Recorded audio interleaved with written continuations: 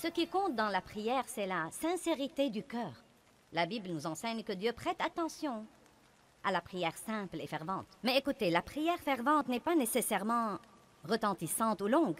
C'est la prière passionnée, la prière que vous priez de tout votre cœur. C'est la prière où le cœur y est. En fait, j'ai traversé une période de temps avec Dieu où il m'a défié de lui demander ce que je voulais et ce dont j'avais besoin en aussi peu de paroles que possible. Et c'était vraiment difficile parce que nous avons du mal à dire, par exemple, si nous faisons quelque chose de mauvais, Dieu, je sais que c'était mauvais, je l'admets, et je te demande de me pardonner. Merci, Seigneur. Amen. Nous avons du mal à faire ça. Oh Dieu, j'ai besoin que tu me pardonnes. Dieu, pardonne-moi. Oh Dieu, pardonne-moi s'il te plaît. Oh Dieu, tu dois me pardonner. Dieu, je suis si désolée. Dieu, je ne recommencerai jamais s'il te plaît. Et à dire vrai, je crois parfois que nous essayons de nous impressionner, si vous voulez la vérité. Je ne crois même pas que nous parlons à Dieu. Nous essayons de nous impressionner par l'étendue de notre spiritualité. Je suis stupéfiée par les gens qui, quand ils prient, changent complètement de voix.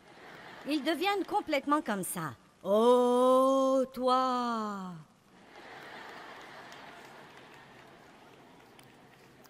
Donc, je ne sais pas ce que vous en pensez, mais la prière est une conversation avec Dieu. C'est demander à Dieu de répondre à vos besoins ou aux besoins de quelqu'un d'autre.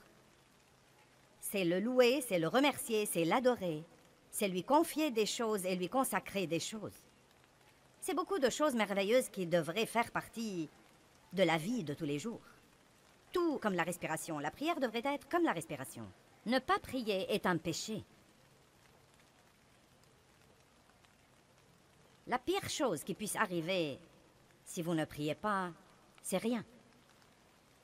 En d'autres termes, si vous ne priez pas, rien n'arrivera. Eh bien, quelles sont certaines des raisons pour lesquelles la prière n'est pas exaucée?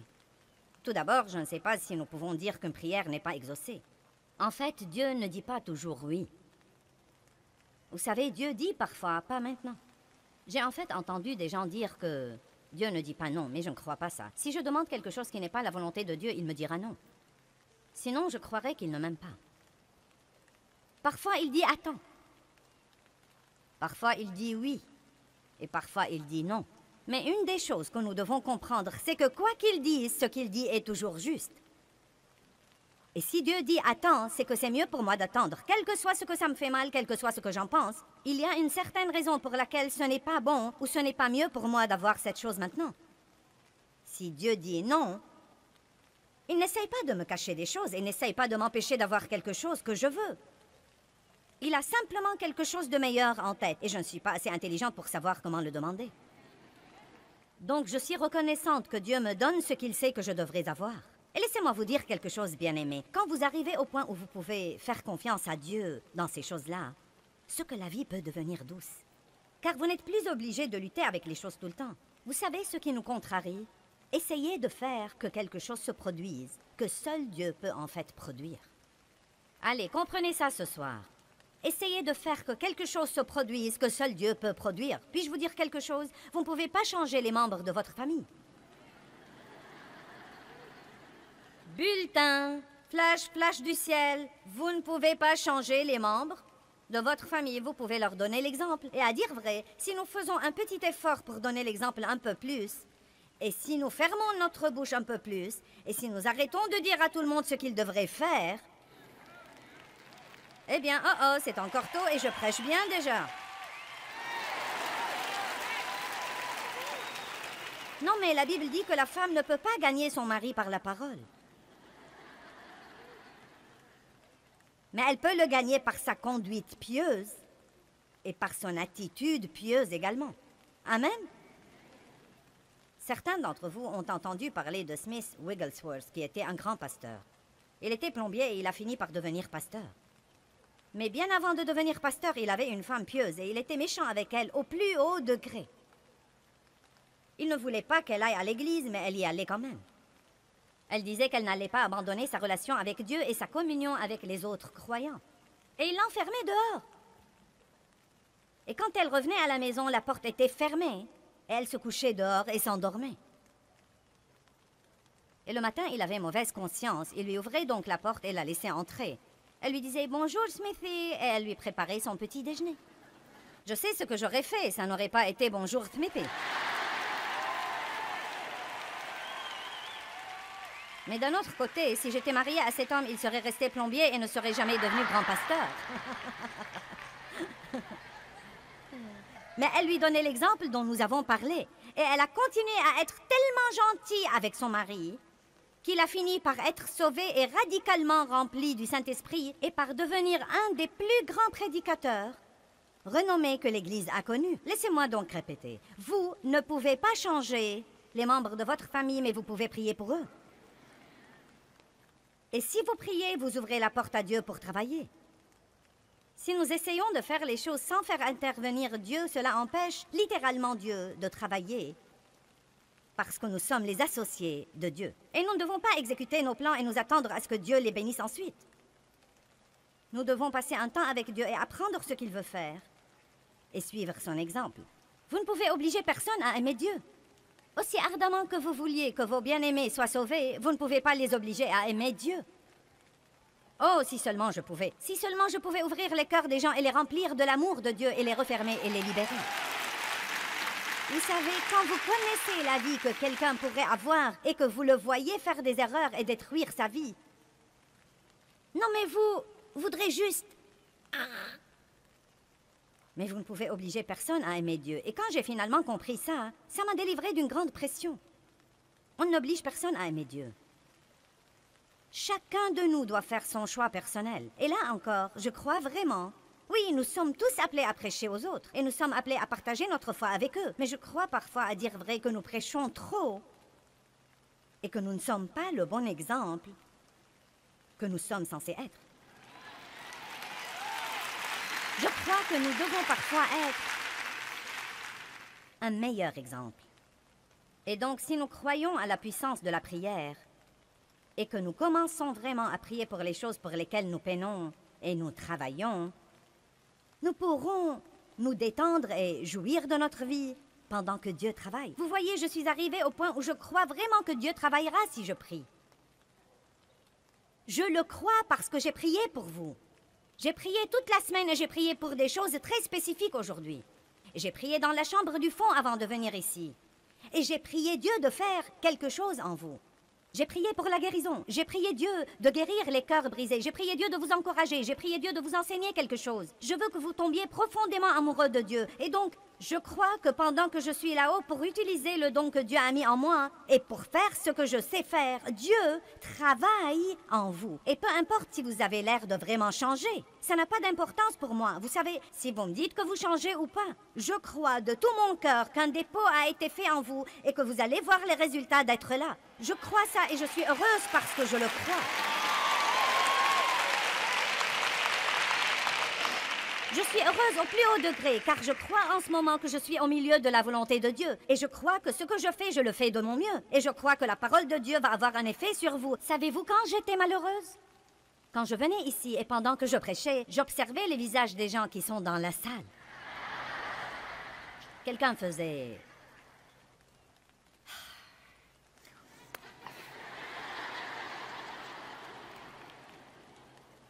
Ou quelques-uns se levaient et quittaient au milieu de mon sermon, et je me disais, oh mince alors, c'est terrible. C'est horrible, j'ai le mauvais message. Non. Vous devez croire que Dieu travaille quand vous priez. Je suis maintenant arrivée au point où si quelqu'un quitte quand je prêche, je me dis, tu rates un bon message. Non, mais vous devez avoir un peu de confiance. Arrêtez de laisser vos circonstances vous gouverner.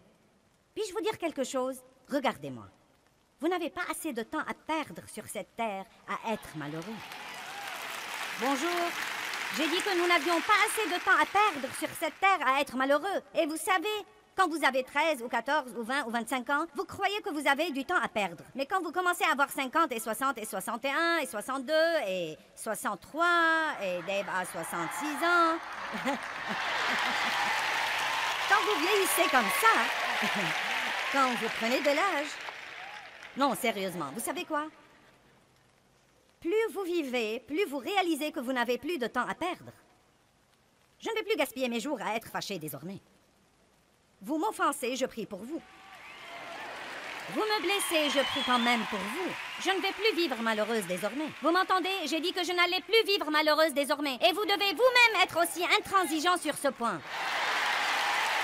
Vous devez croire à la puissance de la prière et arrêter d'essayer de faire quelque chose à propos de quelque chose pour lequel vous ne pouvez rien faire. Arrêtez d'essayer de vous débarrasser de choses dont Dieu seul peut vous débarrasser. Et n'essayez plus d'avoir toutes ces choses que vous n'allez jamais avoir, à moins que Dieu ne décide de vous les donner. Voici donc ce que je dis. Si vous voulez une chose, demandez-la à Dieu. S'il ne vous la donne pas, sachez qu'il a quelque chose de mieux en tête, ou que ce n'est pas le bon moment. Ne piquez pas une crise là-dessus. Si vous ne l'avez pas quand vous croyez que vous devez l'avoir, dites elle viendra. Elle fait son chemin. Le seul moyen de recevoir quoi que ce soit de Dieu, c'est de le croire d'abord par la foi et ensuite vous le verrez se réaliser. Vous savez qu'est-ce que la foi? La foi, c'est croire en l'invisible. C'est ce que c'est que la foi. La foi, c'est croire en ce que vous ne pouvez pas voir. Si vous pouvez le voir, vous n'avez pas besoin de foi. Les raisons pour lesquelles une prière n'est pas exaucée. Eh bien, tout d'abord, les gens ne prient pas. C'est la première grande raison. Allez à Jacques 4:2. Vous apprendrez à libérer des choses par la prière. Non, mais vous aurez tellement de foi dans votre vie de prière au moment où vous partez d'ici que vous saurez que votre première solution à toutes les choses exaspérantes dans la vie est juste de prier là-dessus. Et non pas de prier là-dessus et de vous inquiéter et de potiner. De prier là-dessus et de faire une confession négative. Bonjour. Vous savez, je crois que Jacques chapitre 4 nous enseigne beaucoup de choses. Verset 1, d'où viennent les luttes? Les luttes, c'est tout ce bouleversement que nous avons. Exaspéré, énervé, dérangé. D'où viennent les luttes et comment est-ce que les conflits et les querelles surviennent parmi vous? Il dit, eh bien, ils surviennent de vos désirs qui combattent toujours dans vos membres physiques. En d'autres termes, il dit, les luttes surviennent à cause des trucs que vous voulez. Vous êtes jaloux, vous convoitez ce qu'ont les autres. Vos désirs ne sont pas réalisés et vous devenez des meurtriers car détester, c'est assassiner en ce qui concerne vos cœurs. Wow! Donc, qu'est-ce que ça dit de la jalousie? Vous êtes devenu très silencieux. Non, mais pensez-y. Nous ne sommes pas censés vouloir ce que quelqu'un d'autre a à tel point que nous lui en voulons de l'avoir. Et vous savez ce que j'ai finalement découvert et qui m'a finalement beaucoup soulagée? Pendant longtemps, je ne pouvais pas comprendre pourquoi les gens avaient toujours à redire de n'importe quelle belle chose que j'avais. Quand vous êtes exposé à l'opinion publique, tout le monde se mêle de vos affaires. Et si vous avez une belle voiture, quelqu'un dira « Je ne crois pas que tu dois la conduire. » Si vous faites ceci, je ne crois pas. Mince alors, tu as vu la tenue qu'elle portait? Vous savez ce que j'ai finalement compris? Ils s'en fichent pas mal de ce que je l'ai. Ils sont jaloux car ils ne l'ont pas. Et il en va de même pour vous, vous savez. Vous achetez une jolie maison et certains de vos amis seront jaloux et me diront de vous. C'est juste parce qu'ils veulent une maison comme vous, mais ils ne savent pas comment s'y prendre pour l'avoir. Il dit ici, d'où viennent les luttes? Qu'est-ce qui nous garde vexés? Je n'ai pas le temps d'être contrarié par ce que quelqu'un d'autre a. Nous n'allons pas comparaître devant Dieu à la place des autres. Chacun va comparaître devant Dieu et rendre compte pour lui-même. Chaque homme comparaîtra devant Dieu et rendra compte pour lui-même. Nous ne devons pas nous inquiéter de ce que quelqu'un d'autre fait ou ne fait pas, ou de ce qu'il possède ou ne possède pas, ou de ce qu'il dépense ou ne dépense pas, ou de ce qu'il a ou n'a pas. Car nous n'allons pas répondre de lui. Nous nous épargnerons d'ennui si nous nous occupons de nos affaires. Vous brûlez de jalousie et de colère et vous n'avez pas le contentement et le bonheur que vous voulez. Vous avez des querelles et des luttes. Et franchement, il y a environ 20 ans, la phrase suivante a changé ma vie. Vous ne possédez pas parce que vous ne demandez pas. Quel beau verset. Vous ne possédez pas parce que vous ne demandez pas. Et je me suis rendu compte, ce jour-là, il y a une bonne vingtaine d'années, quand je lisais ce verset et que j'étais une jeune chrétienne et une jeune ministre, frustrée, et j'essayais de faire que toutes ces choses se produisent, et elles ne se produisaient pas, et j'essayais de faire grandir mon ministère, et de faire ceci à mon mari, et cela à mes enfants, et quelque chose d'autre aux autres. Je me fâchais contre les gens parce qu'ils n'ont pas aimé ceci ou cela. Et c'était un soulagement pour moi d'entendre Dieu dire « Tu n'as pas, parce que tu ne demandes pas. Tu essayes de faire que quelque chose se produise au lieu de me le demander et de te fier à moi pour avoir les meilleures choses qui soient. » Allons à Ésaïe 65.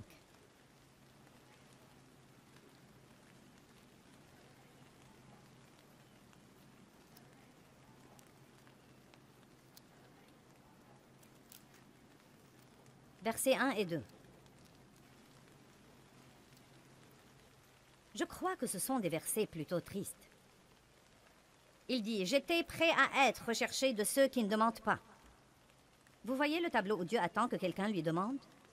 « J'étais prêt à être recherché de ceux qui ne demandent pas. J'étais prêt à être trouvé par ceux qui ne me cherchent pas. J'ai dit « Me voici, me voici. » Dit le « Je suis » à une nation Israël qui ne s'appelait pas de mon nom. J'ai tendu mes mains tous les jours vers un peuple rebelle qui marche dans une voie mauvaise au gré de ses pensées. C'est triste. Vous voyez le tableau où Dieu dit, comme Jésus a dit dans Matthieu 11, « Venez à moi, vous tous qui êtes fatigués et chargés. » Si vous êtes inquiets, venez à moi. Si vous êtes stressés, venez à moi. Si vous êtes chargés, venez à moi. Si vous êtes blessés, venez à moi. Allez au trône et non pas au téléphone. Les gens à l'autre bout du fil ne savent pas ce qu'ils font eux-mêmes. Ils ne sont pas qualifiés pour résoudre vos problèmes.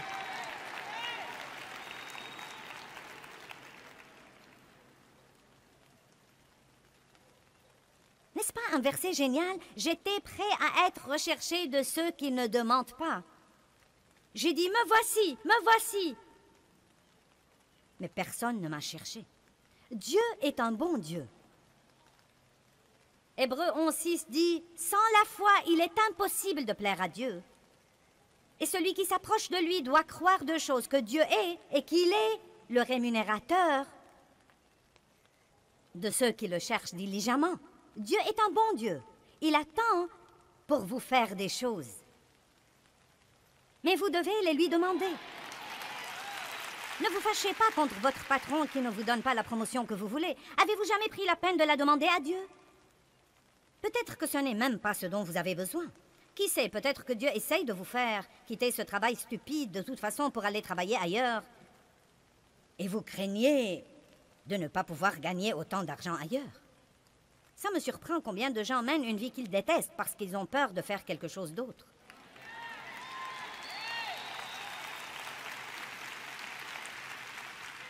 Voici un bulletin du ciel, je l'ai juste reçu. Vous ne pouvez pas suivre le Saint-Esprit et ne pas être heureux. Si vous décidez de suivre le leadership du Saint-Esprit, vous êtes censé être heureux parce qu'il ne va pas vous mener à la misère. Il va vous mener à la justice, à la paix et à la joie dans le Saint-Esprit parce que le royaume de Dieu, c'est ça. Ça alors. Le psaume 2:8 dit « Demande-moi et je te donnerai les nations pour héritage. » Demande-moi et je te donnerai les nations. Ce n'est pas pour moi, je ne suis qu'une ménagère. Ce n'est pas pour moi, je ne suis qu'un mécanicien de camion. Ce n'est pas pour moi, je ne suis qu'un éboueur. Eh bien, vous savez quoi? Ce sont tous des travaux très importants. Mais mince alors, vous pouvez prier pour les nations et vous pouvez prier Dieu de vous donner vos voisins et de vous donner les nations. Si vous n'allez pas prier des prières hardies, vous n'allez jamais rien avoir de Dieu. Vous pouvez avoir un peu, car si vous priez pour un peu, vous pourriez avoir un peu. Mais je préférerais prier pour beaucoup et en avoir la moitié plutôt que d'avoir le peu. Pourquoi donc ne pas prier hardiment? C'est la deuxième raison que j'ai ici pour laquelle les gens croient que leurs prières ne sont pas exaucées ou ne sentent pas que la prière produit grand-chose dans leur vie. C'est que les gens ne prient pas hardiment. Eh bien, Dieu, si tu me fais juste ceci. Dieu, si tu me fais juste cela, je ne veux pas exaspérer personne, j'essaie juste de donner un coup de pied à une vache sacrée, là. Si vous vous écoutez prier ou si vous écoutez tous les autres prier, les gens utilisent constamment le mot « juste ». Dieu, si tu peux juste nous aider. Dieu, si tu peux juste nous oindre. Dieu, si tu peux juste répondre à ce besoin. Dieu, si tu peux juste être là avec nous. Et cela m'a dérangé un jour et j'ai cherché le mot « juste » et il veut dire à peine assez pour se débrouiller. C'est ce qu'il veut dire, à peine assez pour se débrouiller. Mais écoutez-moi. Non, mais même en le sachant, j'ai vraiment du mal à l'enlever de mes prières. Et je crois que c'est cette attitude innée en nous, comme quoi, eh bien, ne vous avisez pas de trop demander à Dieu. Eh bien, Dieu, veux-tu me pardonner juste cette fois? Pourquoi ne pas dire, Dieu, pardonne-moi cette fois, et demain j'aurai besoin que tu me pardonnes encore une fois? Car c'est bien la vérité, et Dieu la connaît déjà. Pourquoi ne commençons-nous pas à être des gens réels avec un Dieu réel qui sait tout sur nous? Devinez quoi? Vous ne surprenez pas Dieu, il savait ce qu'il aurait quand il vous a appelé. Je dis toujours, après que Dieu m'ait appelé au ministère, il n'a pas regardé Jésus une semaine plus tard pour lui dire « Oh non, maintenant qu'allons-nous faire ?» Je me rappelle la femme à qui j'ai parlé dans le magasin. Elle était employée là. Et je lui posais des questions sur sa rémunération. Touches-tu une commission ou un salaire? Comment est-ce que ça marche? Et elle m'a dit, eh bien, en fait, je touche un salaire. Mais elle a dit, je dois faire mon quota pour garder mon travail. Je lui ai dit, ça va pour toi? Elle a dit, non, en réalité, je suis très effrayée en ce moment, je n'ai pas fait mon quota. Et on m'a déjà réprimandé 2 ou 3 fois. Eh bien, la femme était chrétienne, nous parlions du Seigneur. Elle m'a reconnue de la télé et donc nous parlions. Elle a été à l'église toute sa vie. Et je lui ai dit, tu pries Dieu de trouver grâce aux yeux des gens pour que quand ils viennent acheter des trucs ici, qu'ils viennent à toi pour se renseigner? Et elle m'a dit, eh bien, ce ne serait pas bien, n'est-ce pas? Elle a dit, c'est ce que la femme a dit. Et elle a été dans l'église toute sa vie. Ce n'est pas juste de prier pour l'argent. J'ai dit, en as-tu besoin?